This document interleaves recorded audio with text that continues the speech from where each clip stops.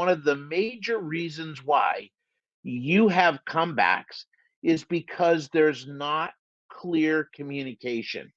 When you're so busy talking, you're not listening. What they have to say is a lot more important than what you have to say.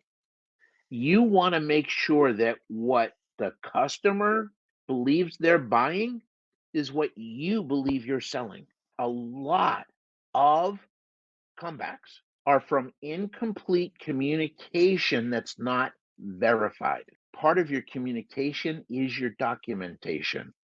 Is it clear?